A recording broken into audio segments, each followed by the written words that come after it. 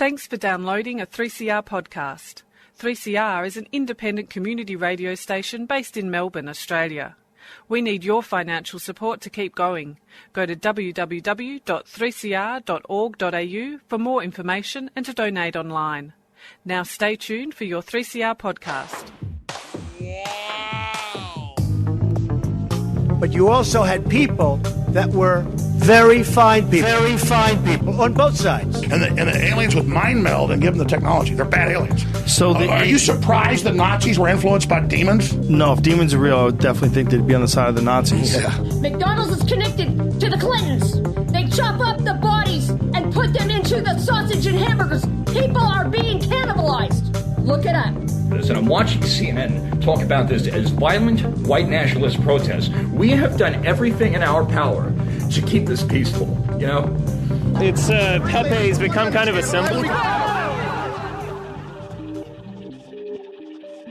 Welcome to Yeah Nah Pasaran, a show about fascism and its gravediggers. I'm Cam Smith. I'm Andy Fleming. And this week we're joined from Portland, Oregon by freelance journalist Jason Wilson. Thanks for coming back, Jason. Oh, thanks for having me as always. Lovely to be here. It's been a little while, and it seems like it was only a year ago that we were talking to you about your big scoops on the base. Well, it was. Yeah. I think I might have started a craze for scoops on the base.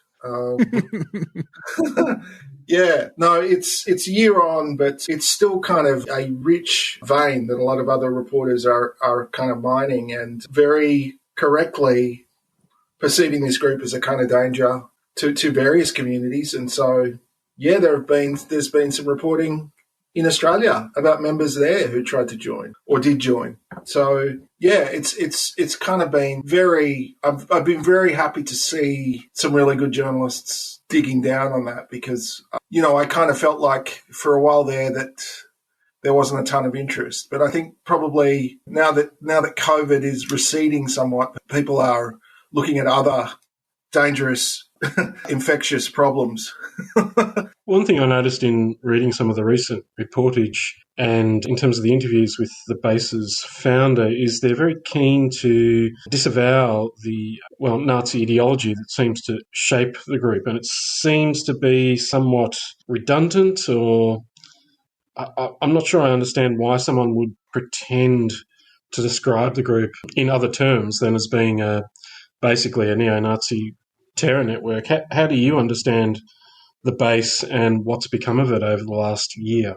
Well, I'm not sure that there's much of a network there anymore, a sort of operational network. I think that, the initial reporting, which wasn't just me, included some other fantastic investigative journalists, like Ali Winston and, a couple of guys at Vice there who have been burrowing away on this. But I think the initial impact of kind of the unmasking, unveiling of the founder of the group and his trajectory and his history, and then, a number of arrests following that, and also the pressure from activists that fed into, certainly laid the foundations for the kind of reporting that I was able to do and has kind of been ongoing in, doing the research and finding out who these folks are. I mean, I think that membership in the base is not something that anyone is seeing as something that's going to improve their life. And Ronaldo Nazzaro, the founder himself,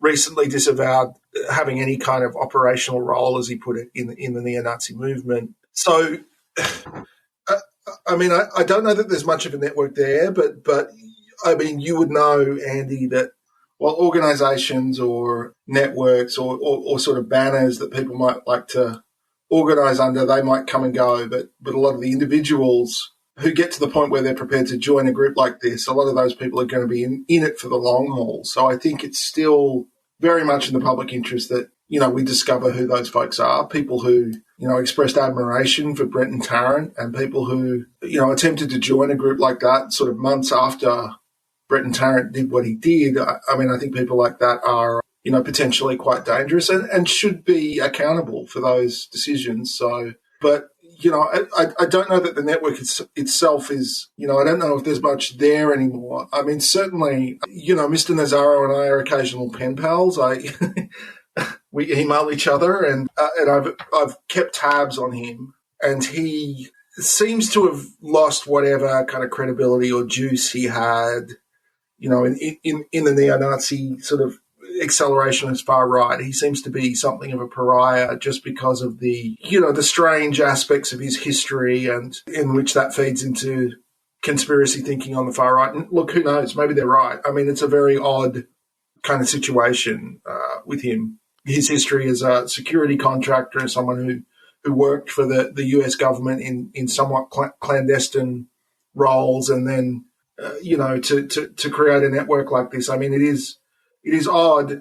I'm less and less interested in that. I mean, I think to some extent, perhaps what you see is what you get. I mean, he's just a guy who has failed to succeed in the way he would want to have as a contractor and stuff, and has just been radicalized by whatever means, and has kind of acted on that basis, and perhaps with a view to having some kind of product he can pitch to people in the Russian state or adjacent to it. But anyway, I mean, I if you're asking me whether we should obfuscate about what kind of organization this is and not call it a neo-Nazi group, I mean, I think that we should. That's what it is, and that was the pitch, and that's what these guys thought they were joining. To pretend otherwise is not helpful. Yeah, it was sort of something strange that's happened over the past year that I think you were sort of hinting at there, Jason, is that Nazaro definitely got incorporated into, I guess, the liberal Russiagate thing a little bit, where this was just another piece of evidence in this grander scheme of the Russians trying to destabilize the United States. But you don't think he was an FSB psyop? I can't say that for sure, but at one point in the past, I probably thought that more likely than I do now. I never thought it to be the most likely possibility, but I thought, well, it's worth entertaining that possibility. But just the way in which I've seen him act, is not that smart in a lot of ways, I don't think, and he still seems to be able to, he still seems to want to recreate that moment in 2018 and 2019 when he was the sort of running the hottest Nazi organization on the block. And I just think it seems like it was a little bit about clout within the movement to him. And I kind of do now think, I mean, there's no question in my mind that, that this is his politics, that's not subterfuge. He's not pretending. Look, I still can't completely discount the possibility that, he was offering this as a product in Russia to, I don't know, people adjacent to the Russian state, and that someone maybe thought it was a good product and gave him some money. I can't speak to any of that, but I don't think it's likely that Vladimir Putin was kind of directing this or whatever. I think there's possibly an entrepreneurial dimension to it, but I think that it's probably a synergy. I think, he's a Nazi, and he was trying to organize a Nazi network is what I kind of think now. And now, look, I mean, the network he was running was very inexpensive in a sense. He was just attracting people who were kind of getting into this stuff anyway. And, all he did really was set up a chat room. I mean, he bought some land up in Washington State that he's probably never going to see again, but that's like $30,000. It's not a huge cost. It's not, really high overheads. And I mean, this kind of operation, in the sense that it's disruptive, in the sense that it ties up the resources of law enforcement and security services here, in the sense that it promotes, fear and maybe further radicalizes some people who are going to cause trouble in the future, and is an example of a kind of further polarization of US society. I mean, like, maybe there's someone in the Russian state who would throw some money at that, on the basis that it's not going to cost very much, but I have no evidence for that. We do know that he was trying to sell his wares at kind of conventions for security contractors, and this may have been the product, but that's about as much as we can say. And it's just kind of becoming clearer and clearer that he's someone who's invested in this in a much less sophisticated way. Like, he's just a Nazi, and he wanted to do some Nazi stuff, and thought that he could make a contribution in the sense that he has experience and knowledge and skills derived from his experience as a whatever the heck he was for the US government. What strikes me as bizarre is the underlying sort of assumption that someone who worked for the CIA in the period that he worked for them, or indeed in any period, would need to have some sort of outside influence to turn them into a Nazi, like working in this highly racialized imperialist project? Right, exactly. I mean, look, the war on terror was not explicitly constructed as a race war in the way that, say, I mean, I have to say that World War II was in the Pacific, for the United States and Australia. It was depicted in state propaganda as a race war in very explicit terms.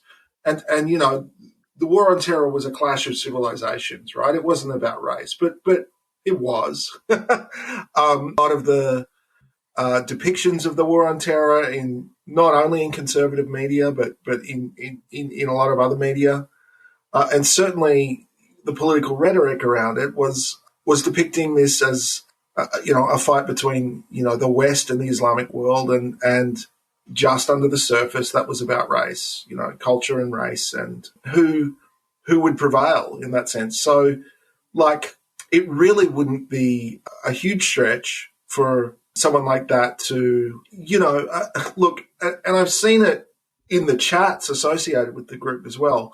People who have not done the rarefied things that he's done, but people who are just veterans who sign up for something that they sort of understand as a clash of civilizations, let's say, and really quickly come to view that in a racialized way, and then become kind of disillusioned with that project, and maybe disillusioned with the US, and start coming up with conspiracy theories about what the war was all about. And, essentially there'll be anti-Semitic conspiracy theories about Jews manipulating global politics and manipulating the US government.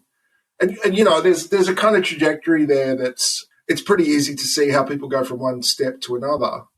And look, I want to say he's kind of old compared to the other people who have been radicalized in that way that I've observed, but we don't really know when he was radicalized, really. And so we don't know when that happened. And it could be that he's been like this for a really long time, and that just wasn't a problem for him as he was doing stuff for the United States government in its wars overseas. It just, either he kept quiet about it or he didn't, and it wasn't seen as a problem. That's not hard to imagine either.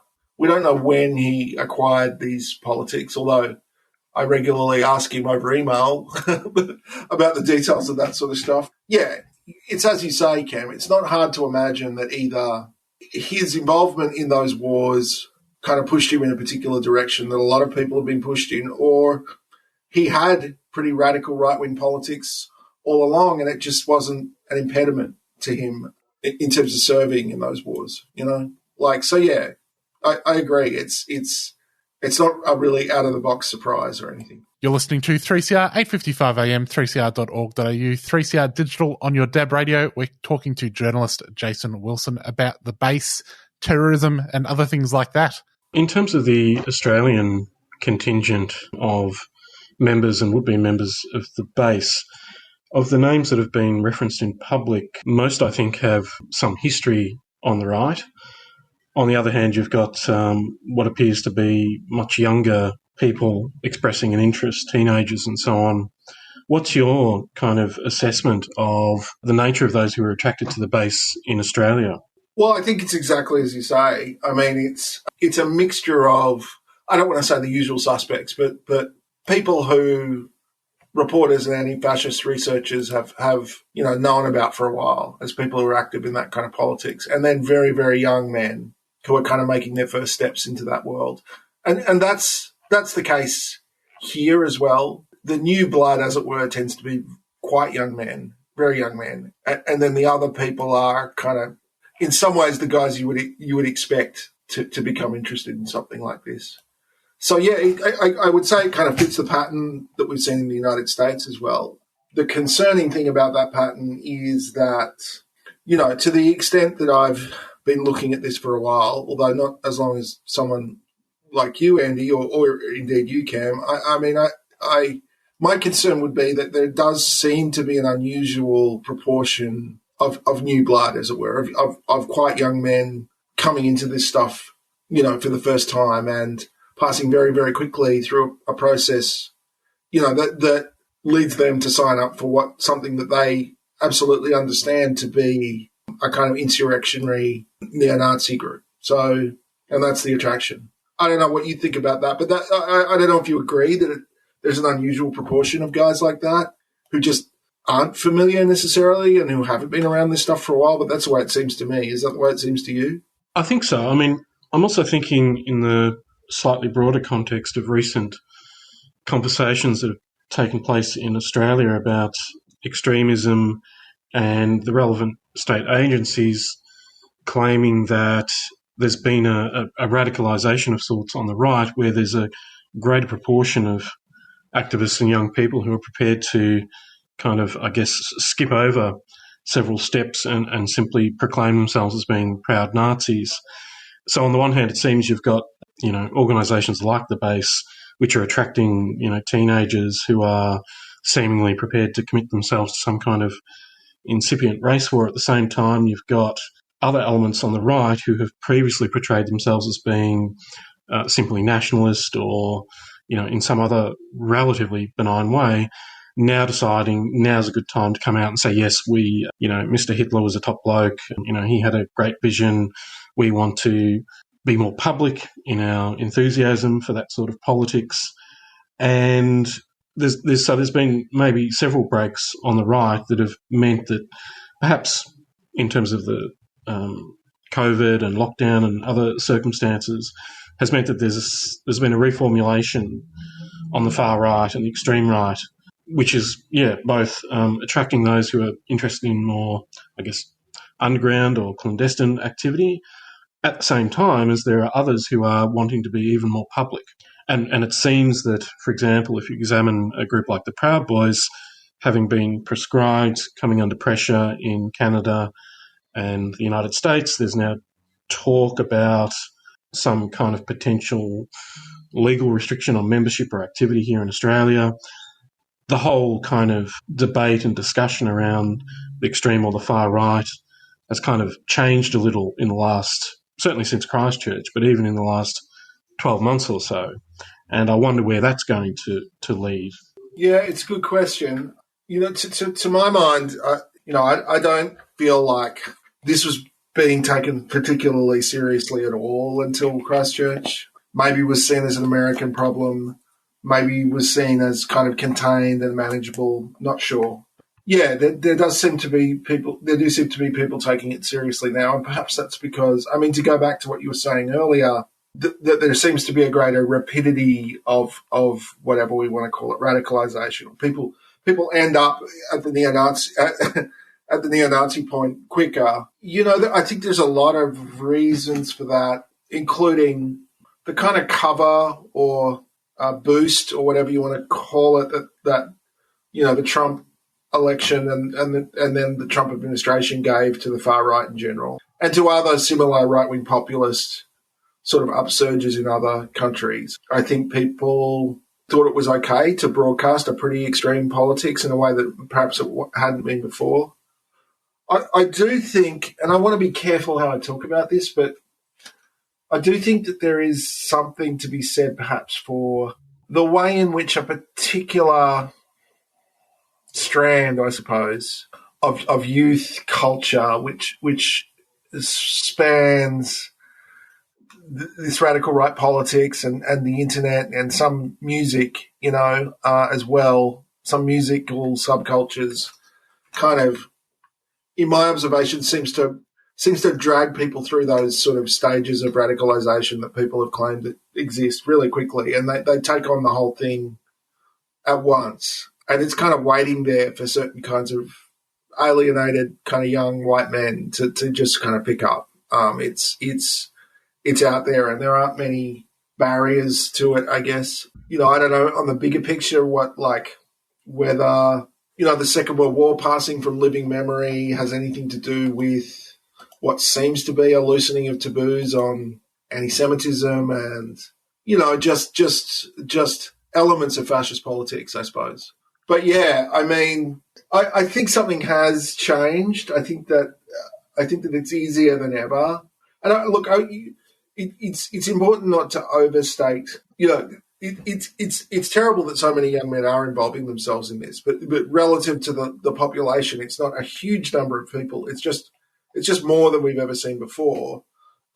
And so I'm not trying to whip up some kind of generalized moral panic about youth culture or about young men, but it does seem like if someone starts heading in that direction, there's a kind of package deal waiting for them. And probably when taboos were stronger and it was harder to access this kind of material and information, things kind of went more slowly, perhaps. But I don't know. I don't know if any of that is on point or off target. I don't know what you think. I think I can't also not think of these particular questions or sets of questions without referring to a more generalised climate of in talking about things like accelerationism. There's political accelerationism on the far or extreme right, but there's also, what immediately comes to my mind is accelerating ecological collapse, and that being the kind of broad context into which new generations are being introduced. And it's a very, if, taken seriously, and I think it should be, it's not the most, it's not the kind of environment which generates positive feelings about the future. And if that's the case, in that situation, you would expect people to be more given to what's termed extremism. And so it's whatever else is going on in terms of, youth culture or subculture or questions of gender and masculinity and so on. It seems that the general context is kind of, there are other things that are pointing in the direction of more extremist, let's call them, political expressions. And it makes sense in that sense. And of course, at the same time as you've got, little gangs of Nazis running around, you also have a much larger component of, especially young people who are going in a very different direction and, finding opportunities to link questions of environmental justice to social justice and to create different kinds of organisation which can combat, racial prejudice as well as ecological collapse that I think, I'd encourage more young people to seriously examine rather than, find refuge in Nazi fantasy. But at the same time, I think that those Nazi fantasies of, domination and supremacy do have their appeal on a kind of psychological level to many, well, not many, but at least some young white men in Australia and elsewhere. And I guess the question is, I'd like to encourage others from that group to be aware of and try to develop ways of, opposing it, both in the interests of those that are being targeted, but in their own interests, because it's a very unhealthy path to take, in my opinion.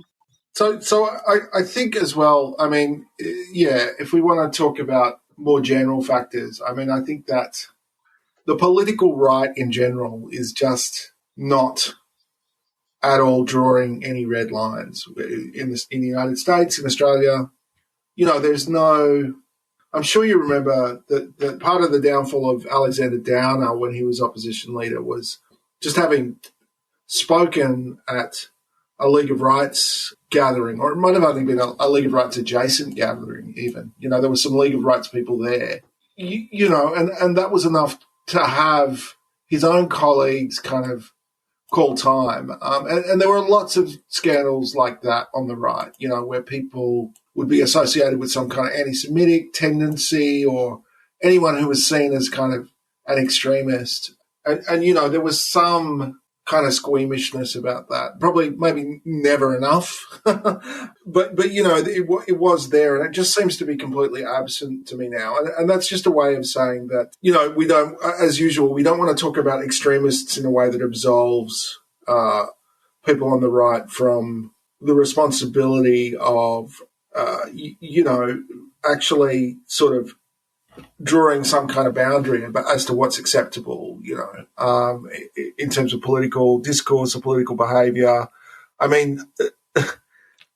Matt Shea, who I reported on, finally got the Republican Party in the state of Washington finally sort of kicked him out of the caucus, but it took a really long time, and I'm not sure about whether people are going to be interested in drawing those lines in the future, just because, well, for lots of reasons, including that the Republican Party base now is kind of effectively Trumpist, and you don't want to be seen to oppose that. But that's the problem, right?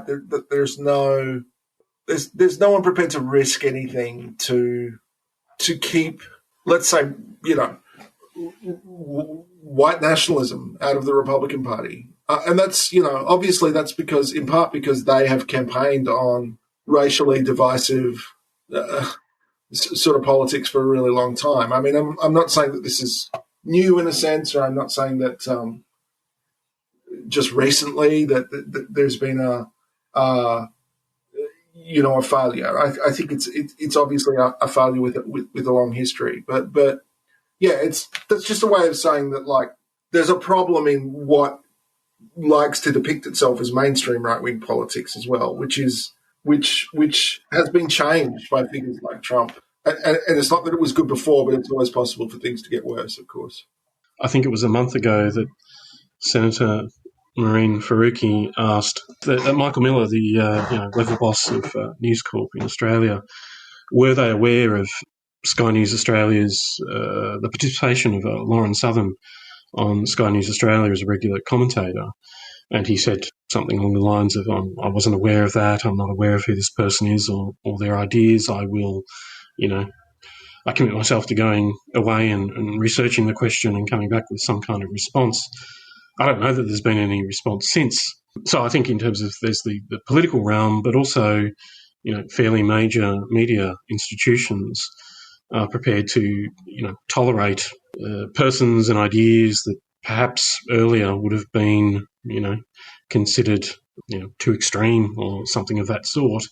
At the same time, it's, as Cameron Wilson and others have noted, and yourself included, Sky News has changed its business model to the extent that it understands that Facebook and YouTube and other social media are the real key audiences, the markets that they need to capitalise upon. And actually, this kind of material is quite successful. It's become, within Australia, I think one of the more popular, or the most popular news sources. There's more people getting their news from Sky News on Facebook or YouTube than, say, the ABC or some other kind of institution. So I guess while there's let's say, a commercial imperative or a commercial benefit to indulging these ideas, I can't see any reason why they would stop. No, that's right. I mean, I think that part of the problem that I've seen up close here in the United States is that, conservative politics is now effectively directed by conservative media. And I mean that in the sense that, you'll find conservative media talk radio hosts, people like Sean Hannity, who is also on television but has a radio show, people like Mark Levin, people like, I guess, the late Rush Limbaugh, although he's shuffled off this mortal coil, Michael Savage. Those hosts have, for decades in some cases, but certainly very aggressively since the days of the Tea Party, which was also a kind of bonanza for them, have kind of attacked the Republican Party from the right, effectively, in the sense that, someone like Mark Levin, who's got an audience of, I think it's something like 20 million people every day, who are all Republican activists who are, likely to vote in primaries. He has just consistently attacked the idea of any kind of compromise, like sort of parliamentary compromise or ideological compromise with the Democrats, and has consistently attacked Republicans, even Republicans like Mitch McConnell, who he perceives as making any kind of compromise with the Democrats. And then that is very influential on the kind of people who vote in primaries. And then what that means is that any politician with a reputation for, making deals with Democrats or any kind of ideological softness, where they might try to come to some kind of compromise, even in the interests of moving stuff forward, they're penalised, they get primaried and they're out. And it's happened several times since the days of the Tea Party. It's happened to, prominent sitting Republicans, senior Republicans. But, most of it happens in those moments where we're distracted by a presidential election, or we're distracted by upcoming congressional elections, and we're not necessarily paying attention to every single little Republican Party primary. But by inches initially, and then much more rapidly, you've reached a situation where Marjorie Taylor Greene, can win primaries and be elected to Congress. People, no Republican is going to say that she shouldn't be in Congress, even though it's manifestly the case, because they don't want to be penalised by their own base, for saying something like that. So it's like they never punch right, even as they drift right. And so it's kind of like there's no guardrail. I know it's an awful cliche because, the guardrails have never been as strong as we thought they were, but there's no guardrail on the right in Republican politics. There's nothing really to stop them drifting further and further right. And my observations in the state of Oregon and the state of Washington are that the Republican parties in both of those states have become not unelectable, because some of them will always be elected, but they're never going to get a majority, and that kind of suits some people in the party, in the sense that they just build up personal fiefdoms and they never really have the responsibility of governing. So, I mean, that would be my fear nationally, that, again, it's always possible for things to get worse is one of my credos. And I don't think the Republican Party is an unambiguously, openly fascist party now, or not totally, but I could definitely see that in its future, even if they never win elections, because eventually, if you never win elections, you may find another way to attain power. So, yeah, I mean, that would be my concern. I don't think that dynamic is quite the same in Australia, but an entity like Sky News is very conducive to that kind of dynamic. Just back to the base, I guess one of the sort of predictable responses to some of the reporting that came out last week was calls to prescribe the base. There's been a few calls to prescribe other organisations in the week since. What do you make of the idea of prescription, having observed this sort of thing for quite a while? Well, I mean, there's nothing to prescribe, and that would be my concern. That it looks like something's being done, but I mean, no one was going to join the base anyway, for the foreseeable future, I don't think. I mean, I think it's kind of done. So, like, putting some organisation that doesn't even really have an operational existence on a terror list is a pretty useless gesture, I think. I mean, I think you're alluding to the concern, which I absolutely share, that these groups, that far-right groups, accelerationist groups, neo-Nazi groups, will be used as, the kind of thin end of the wedge, edge of the wedge, as it were, to sort of point the anti-terrorism apparatus even more squarely at the domestic population in the United States and Australia. And it will lead to a general rise in surveillance and a general suspicion of perspectives that police and politicians perceive as extremist in either direction. And certainly that's the way things have gone in the past. So, the sentence enhancements, the domestic terrorism sentence enhancements that the Clinton administration passed in response to Timothy McVeigh's bombing were used principally early on in relation to, what were called eco-extremists, animal rights and ecological activists who were radical enough to burn down buildings and carry out property damage, but were not doing anything like what McVeigh did, clearly. And, in the early 2000s, a bunch of people fell foul of that. So, in other words, it was crafted for the right, but ended up being used on the left effectively against people who were doing something both different in effect and intention to what McVeigh did.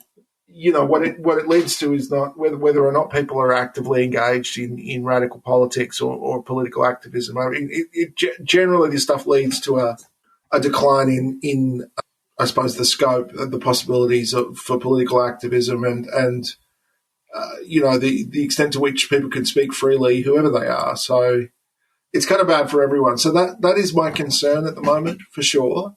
I don't think, though, unlike some commentators like, say, Glenn Greenwald, I don't think the corollary of that is that the white supremacist threat is fictional or made up or some kind of product of the media. I just think that there are tons and tons of laws on the books by which someone who plans a murder or plans some kind of terrorist act or carries one out can be prosecuted. I don't think we need more laws. I don't know if we need to prescribe organisations or ideologies so much as we need to both deal with criminal behaviour and also, address the root causes of what leads people to be attracted to these groups, especially young people. I mean, I don't know what the answer is there. I don't have an answer myself necessarily because that's not really where my expertise is, but I think that would be the place to concentrate, to make sure that the society and the direction it's heading in are such that, as you said earlier, Andy, people aren't led into a kind of despair that leads them, some of them eventually, in the direction of these groups. Jason, I'm not sure if you followed it. What did you make of recent statements by ASIO that it would be reformulating its understanding of the terrorist threat in Australia, abandoning specific references to right-wing extremism and Islamist extremism, to instead broadly categorise this phenomena as belonging to, I think, religiously motivated extremism and ideological extremism. Do you think that that's, as some have speculated, perhaps a response to criticism by the federal government of some of the terminology that ASIO has used, especially in terms of identifying right-wing extremism as being a particular threat?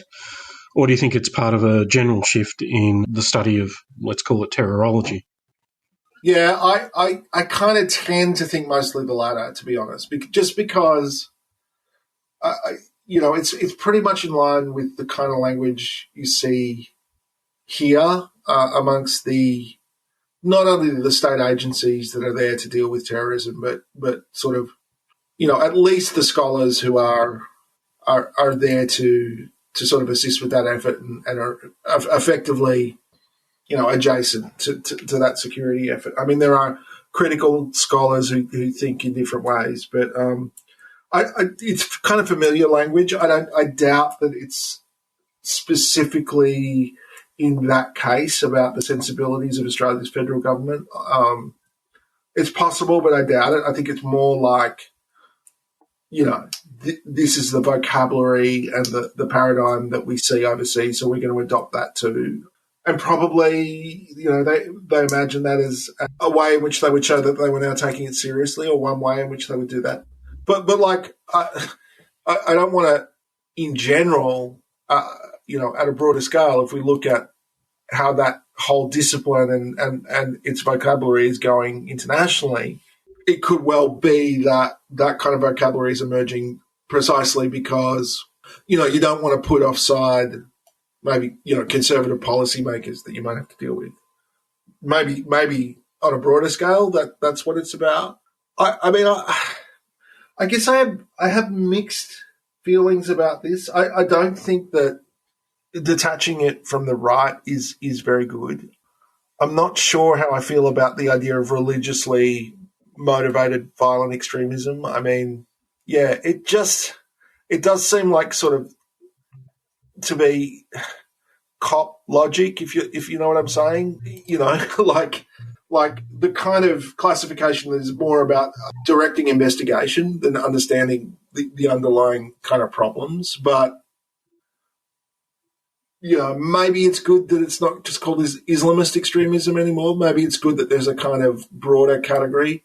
Maybe it's sort of understood by most people that racially motivated violent extremism is basically going to be on the far right or on the nationalist right. I don't know.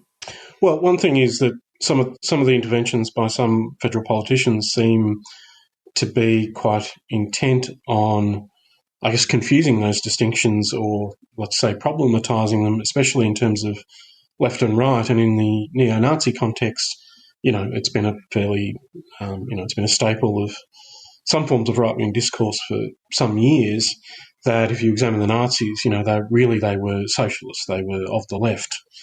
It's a form of historical revisionism which seems to be, I think, triggered by some panic over an association of, right-wing principles with extremism and terrorism, and a real desire to place as much distance between the two as possible for fairly pragmatic reasons. And there's a sense in which, on some level, those efforts are partly directed towards having agencies like ASIO and others make more definitive statements about, or no longer paying attention to the fact that in Australia, at least, and also elsewhere, there has been a history of right-wing extremism and right-wing terrorism and political violence, which is not entirely, but largely absent on the left. There seems to be some effort to kind of rewrite that history in a way that's serviceable to the contemporary moment. Yeah, no, you're not wrong about any of that. And I certainly think, that Senator Fierravanti Wells, I think, was trying to kind of claim a victory in this change of vocabulary. And to the extent it's seen as a victory for her and seen by people on the right as absolving them, that's really bad. And I'm not sure that's what Asia was doing, but yeah, the way in which it contributes to that kind of that distortion of history is troubling and not helpful. But I guess, going back to the last question that we tossed over, I guess my concern is at a deeper level or at a higher level where, the terms in which state agencies talk about this stuff is always going to be directed by, the sort of imperatives of investigation and prosecution and all that kind of stuff, right? Like, it is kind of cop logic in a way.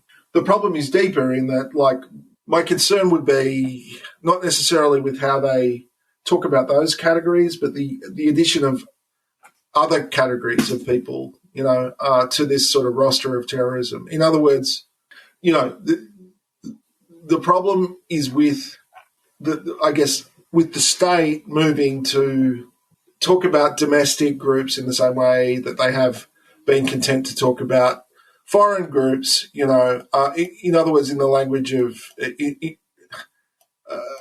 terrorism, to define new categories of terrorism. So it's the specific vocabulary is less troubling to me than what I see happening, on that macro scale, where states like Australia and the United States are now kind of perhaps the wars in the Middle East have exhausted themselves as the basis for entire industries of, CVE and counterterrorism, and all of that's now coming home. Not that I thought it was great when it was overseas, but I just feel like the move to reclassify things and the move to, to put things on a professional footing, as it were, is as troubling to me as the way they kind of choose to talk about it. But I totally take your point as well. I just wanted to ask you about how the Proud Boys are faring currently, given that you've been examining them in the States for a while, and they've popped up on various occasions here in Australia, and they seem to have, of all the patriotic formations on the right, they seem to be leading the pack at the moment. Yeah. I think in terms of the Proud Boys, the problem they have here at the moment is that a whole bunch of their leaders look like they're about to have conspiracy and maybe even sort of racketeering charges added to what they're facing already. So prosecutors who are looking at the Capitol riot case are really either have already or are really looking like they will add conspiracy charges to those already, being levelled at Oath Keepers, Proud Boys, etc. I think those guys are getting hit with conspiracy charges, so that makes everything much more serious. That kind of compounds any crime that they may have committed, and involves sentence enhancements, and it's even more trouble. So everyone who was involved in that, I think probably there are fewer active Proud Boys than there used to be, but the problem is that the ones that are left are perhaps even more committed than they were. So where I am in Oregon, I mean, today a bunch of Proud Boys, among other people, got together in a little town east of Portland and then drove in a convoy down to the state capital, Salem, in order to drive their trucks at speed, sort of through a crowd as a kind of counter-protest. And, you know, there was sort of some of their cars got smashed up. There may have been some violence. You know, and that was all Proud Boys. So the ones that are left are really seem to be even more enthusiastic than the organisation was before about putting themselves in positions where they're provoking situations and getting involved in violence. But I kind of tend to think that, I mean, again, I think we've seen this dynamic before, like with the militia movement, for example. So something gets to a certain sort of threshold and then you know, a far-right group gets to a certain, or movement gets to a certain threshold, then there are outrageous acts of violence or insurrection in the case of the Capitol associated with them. And then that tends to peel a lot of people off who maybe either feel like they didn't sign up for that or are suddenly kind of faced with what the reality of that is. So I think they're probably smaller. I think they're still going to be around. I mean, they've divided. There's been some contention. The leader, Enrique Tarrio, was revealed as having been a police informant in years gone by. And that led some chapters to break off in the wake of the Capitol riots. And, you know, it's not looking as robust as it once was. And, you know, having police actually push back on them is not something that they seem to enjoy. And that has happened to some extent. I would say, like the QAnon folks, like the Trump movement itself, I mean, there's a sort of fork in the road that a lot of people have reached. And, you know, one fork leads to more sanctioned forms of political activism or, you know, maybe just, you know, stuff that's within the normal bounds of liberal democratic political practice. And the other fork leads to greater radicalization and more violence and more even more confrontational kind of forms of activism. So I think, like, you know, if history is any guide, the majority will either just retreat from politics altogether or find less personally risky ways of expressing themselves. But a minority are clearly going to keep doing this stuff, and they're going to keep trying to get themselves in situations where, yeah, they can have violent confrontations with their perceived enemies. So that's where I think they're at here. Australia's slightly different, of course. You know, there's a different dynamic at play there, and possibly they still have more room to grow there. I'm not sure, but that's how it's looking here to me. Well, that's a nice grim note to end on, as per usual. Yeah, well, I mean, look, here's the thing. I think that, I don't know, have we spoken since the election? Yes. Okay. I was just going to say, the way I thought that the election might go and the consequences of that might be, I mean, yeah, it's bad, but it's going to be bad for a long time until we sort out climate change and some of those other things Andy was talking about. Yeah, it's bad, but it could have been much worse. Well, we've spoken since the election, but I think it was before January 6th, and basically everything that you'd been warning about for a little while looked like it was about to play out. Absolutely. So yeah, that's where we're at. I mean, I'm still very busy reporting on this stuff, so it's not going to go away either. All right. Well, thanks for joining us, Jason_A_W on Twitter, and we'll talk to you soon. Yeah, indeed. Cheers.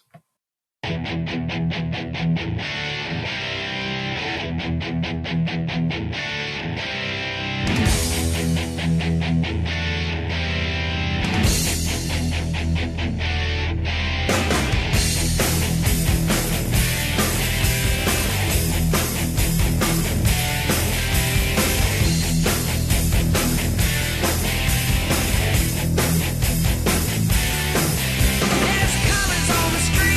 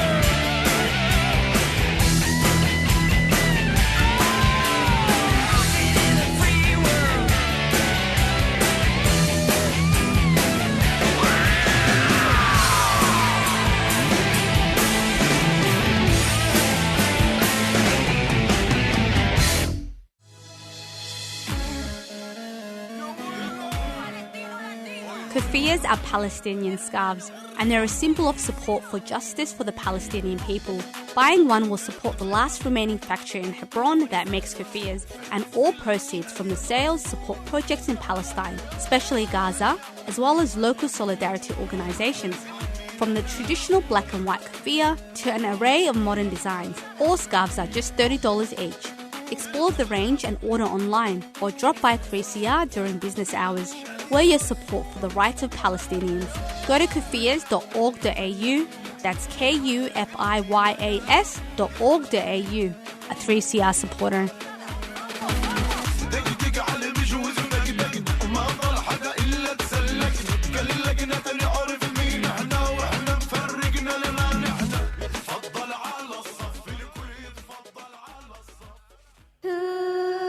Like everyone, people who are LGBTIQ+ can experience suicidal thoughts.